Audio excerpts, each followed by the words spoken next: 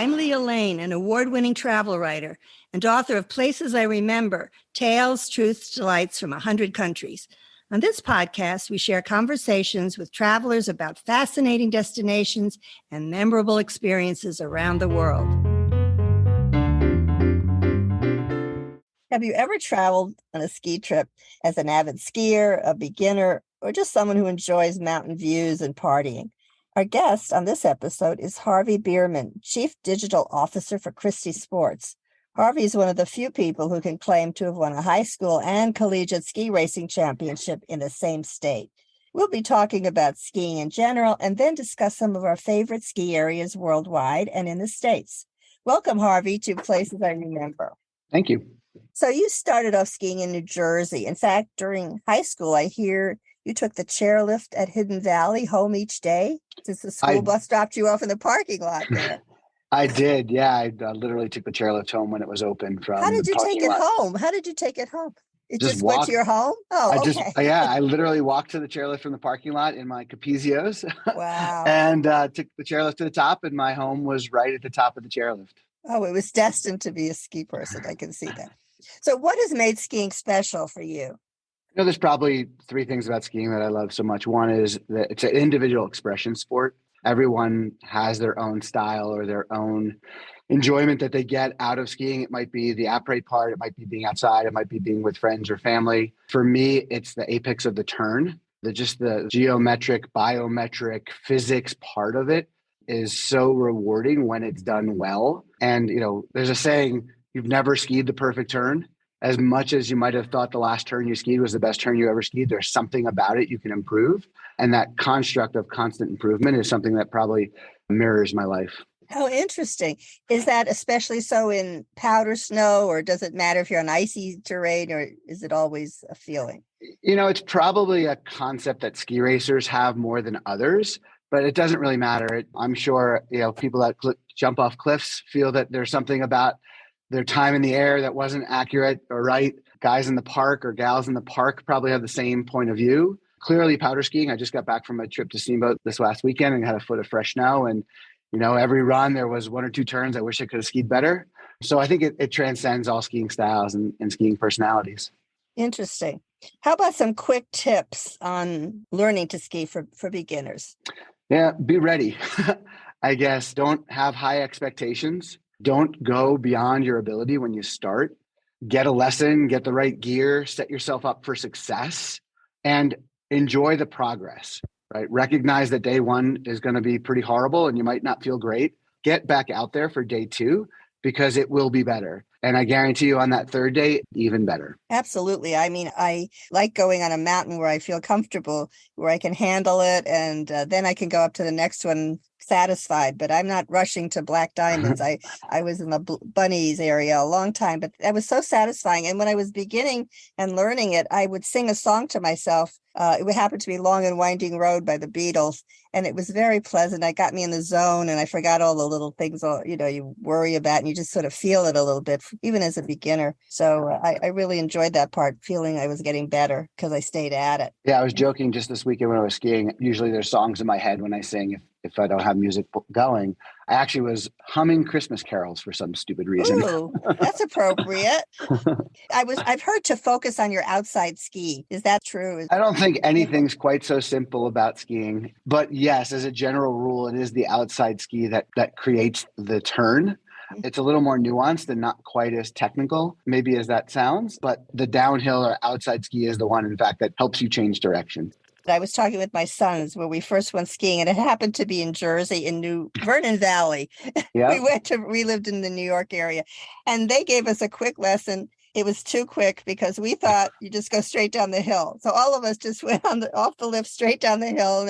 And I remember my younger son, you're doing great. You went really fast.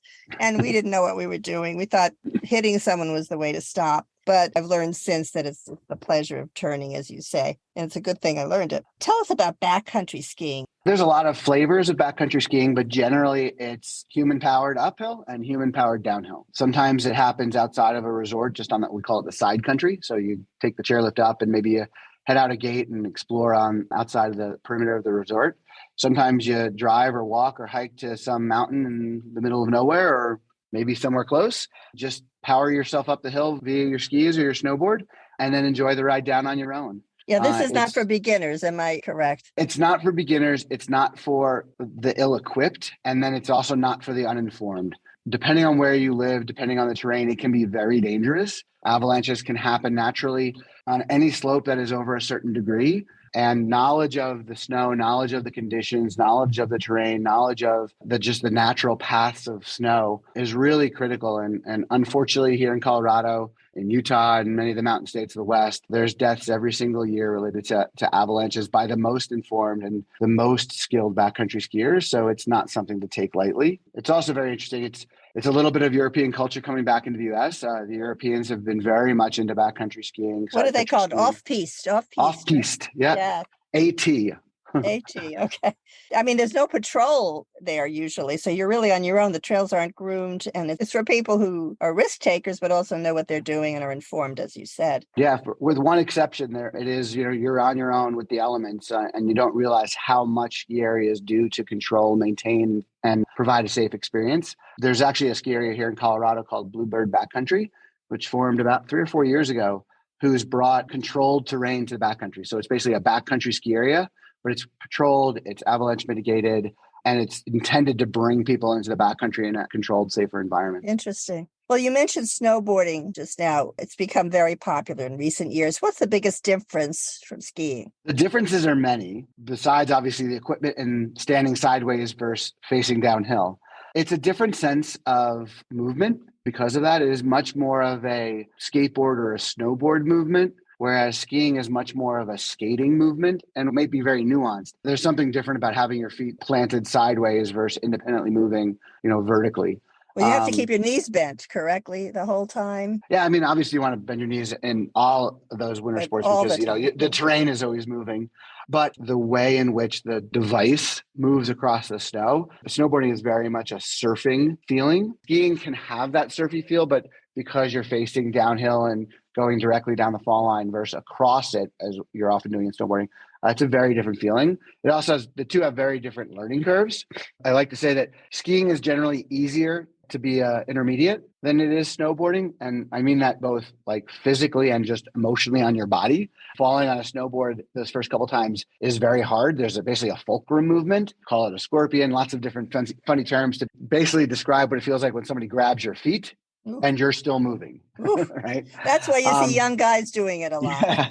But once you get on a snowboard, you find that it's generally easier for someone to progress to a higher level afterwards, where skiing is so technical beyond that intermediate level that it takes generally a longer period of time for people to become, what I'd call expert skiers versus expert snowboarders, if that makes sense.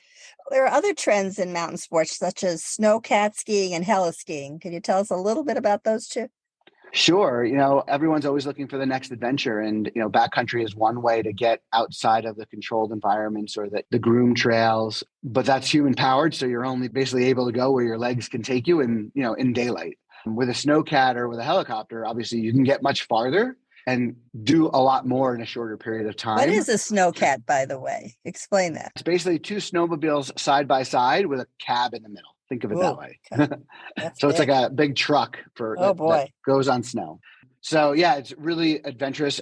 Heli skiing has been around for forever. It's just become much more accessible. And you drop people off at a mountain and correct. You basically get in a helicopter and fly to the peak of a mountain, get dropped off, ski down, get picked back up in a helicopter, and do it again. Sounds fun. It's pretty for the incredible. Right people. For the right people. Have you done it? Yes, I have. It's exhilarating. Oh. You don't jump out of the helicopter; they land. No, that would be just checking. Okay. Unless Red Bull is there with a camera, you're not jumping out of the helicopter. Very good. Now, do most people rent equipment, and what are some suggestions for gear? Equipment has changed so dramatically in the years, and I'd say that the percentage of people who rent has increased pretty significantly over the last, call it 10 or 20 years, mostly because it allows you not to have to keep up with buying new gear as the gear gets more innovative. The second one is just the whole sharing economy. That people are much more comfortable with borrowing gear, borrowing equipment, cars, scooters, bicycles. Used to do it with bowling shoes. Yeah, always, right? So it is a great way for any skier of any ability to get to a destination much easier. You don't have to travel with gear. and try different and new gear all the time and progress without having to make what can be $1,000 investment in your own gear. What makes a great ski resort or a great ski area? So everyone has their own belief system on this one, right? I can share you mine. I'd say if I'm going skiing frequently, it's accessibility, right? It needs to be easy to get to. You said Vernon Valley, right? Vernon Valley Great Gorge, now known as Mountain Creek, I believe, is in existence today because it's incredibly accessible to tens of millions of people, right? Location. So that's what makes that ski area great. I don't think anyone would tell you the snow quality at that ski area would be awesome. Oh, no. or having lived in Vernon, New Jersey, the nightlife, right? No. But then when you go on a vacation or you want to be on a destination and stay overnight, you're going to look at much more than the snow, the accessibility. You're going to look at the snow quality, right? The chances of fresh snow, the food and lodging, both cost maybe or the diversity. And then on the hill, it really depends on the group you travel with.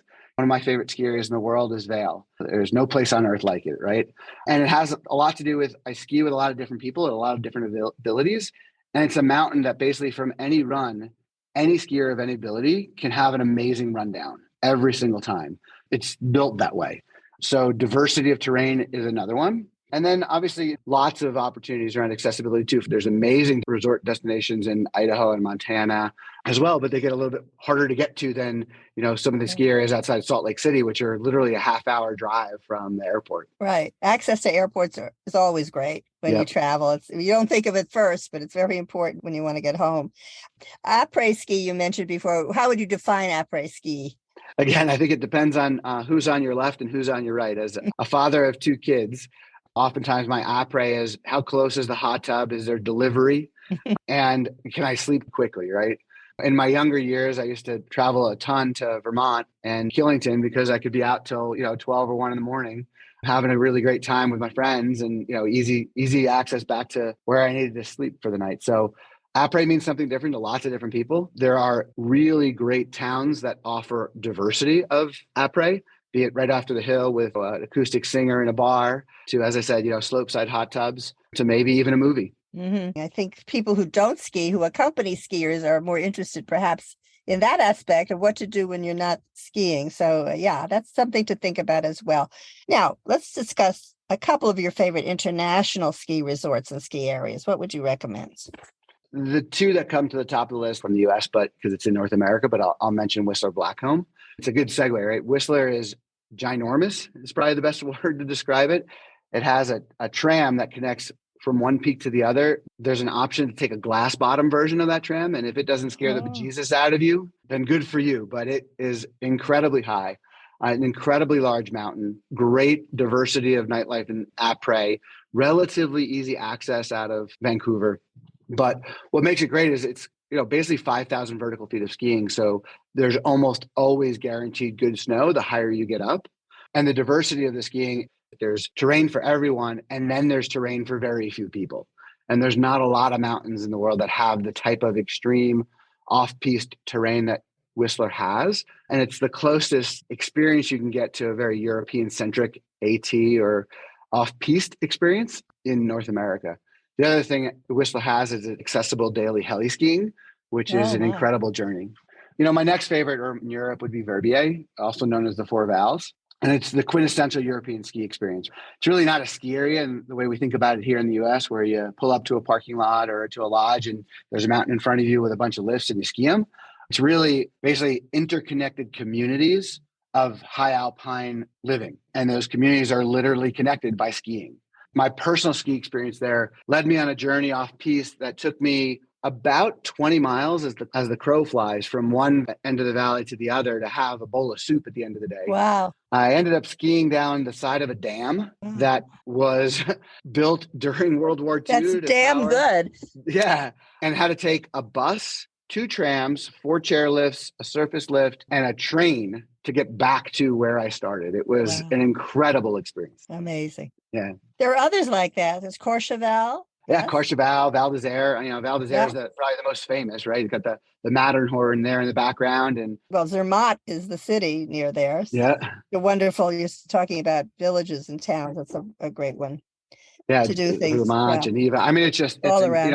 it's really for those that are into the Nordic, Alpine, experience. There's nothing like being in these European villages Yeah. and experiencing it. What about Japan? There's a place you like very much. Yeah, I mean, most people that are experienced skiers, hear the word Japan, their mind immediately goes to Japao, which really describes the northern part of Japan, Sapporo, where powder skiing has been brought to the masses through the ski movies every year. The amount of snow they get in northern Japan, the quality of the powder is incredibly high, very hard to get to.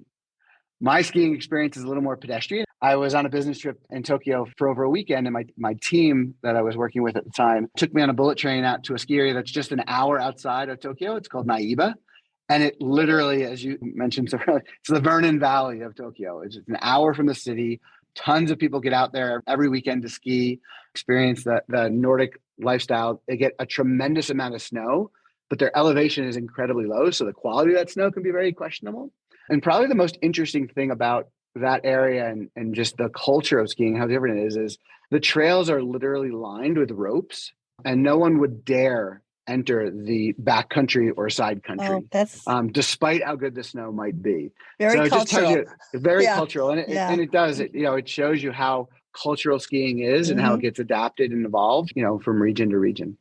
How about summer skiing in South America? What are a couple? Yeah, lots of folks live their life chasing snow, and they spend their winters in the mountains of Colorado, and then they spend their summers, or they spend winter number 2 in the mountains of the Andes at Portillo and things like that. I've actually had the privilege of skiing here in North America in the summer. I used to spend my summers as a kid on Mount Hood in Oregon, skiing the glacier there. At the time, it was an incredible experience, a great way to progress as an athlete, and super fun to just ski from 8 to 12 in the morning when the snow's good, and then go rafting and mountain climbing and biking in the sun. Cool. Now, you mentioned Vail already. It's one of your favorites. A few other top U.S. ski resorts that you'd recommend. No list would be appropriate without Jackson Hole. In Wyoming. In Wyoming, yeah. Very much big mountain skiing, some of the best skiers in the world. Obviously, Corbett's Couloir, which is one of the most famous cliffs in all of skiing in the world.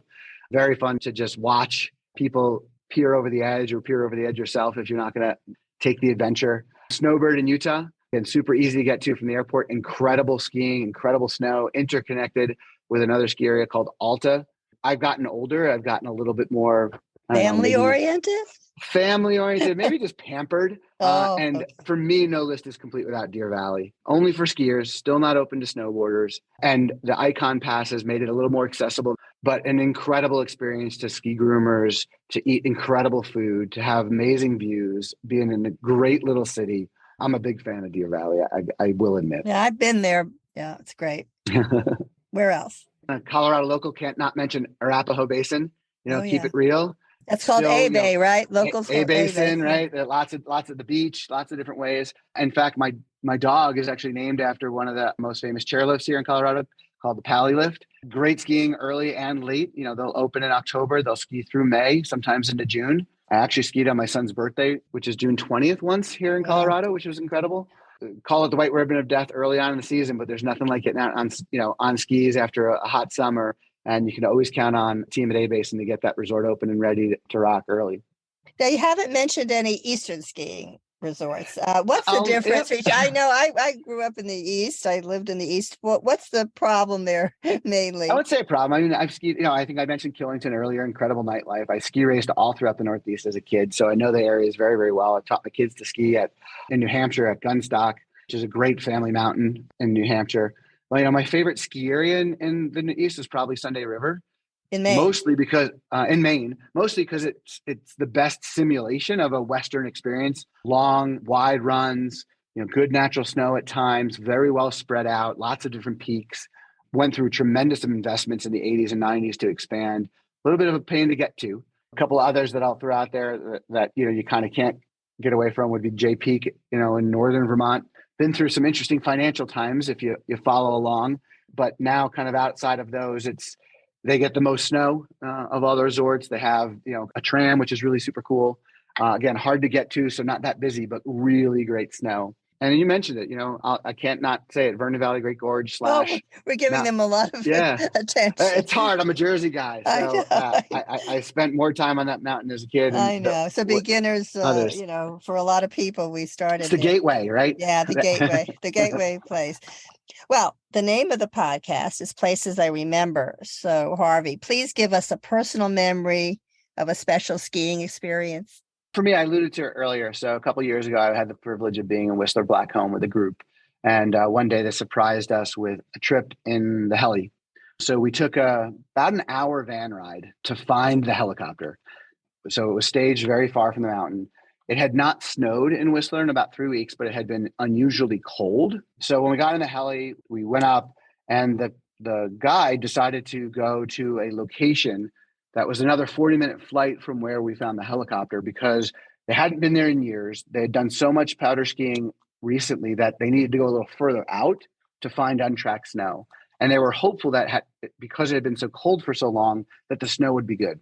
I can tell you, 8 lift rides in the helicopter later, our day was done. They had to change our guide out after 6 runs because she could no longer keep up with us and needed to tap out, because normal day is 6 helicopter rides. Oh my! And to this date, the group I went with and I, look at the pictures, speak of the memories, and talk about recreating it. And it's one of those things, no trip will ever be as good as that one. It'll be good in some different way. It was my first time in it, doing the heli skiing, and I can't wait to take my kids in a similar experience before my body gives out. That's beautiful. Do it before your body gives out. That's one of the rules of travel. Yeah, memories are great. They stay forever. Yep. Well, thank you, Harvey Bierman, Chief Digital Officer at Christie Sports. You've given us a great overview of skiing. It's cool and it's hot, and it's an invigorating pastime that we can combine with travel for a terrific vacation. Thank you so much. And maybe I'll see you on the slope sometime, maybe in Vernon Valley, but it's not called that anymore. Thank you.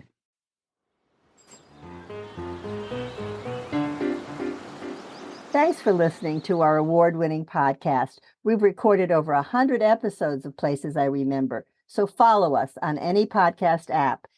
And new monthly episodes are also on YouTube with gorgeous video. My book, Places I Remember, is available in print and Kindle, and I read the audio version. Follow my travel writing at Forbes.com. Contact me at the links in the show notes or on my website, placesirememberlealane.com, and keep making your own travel memories.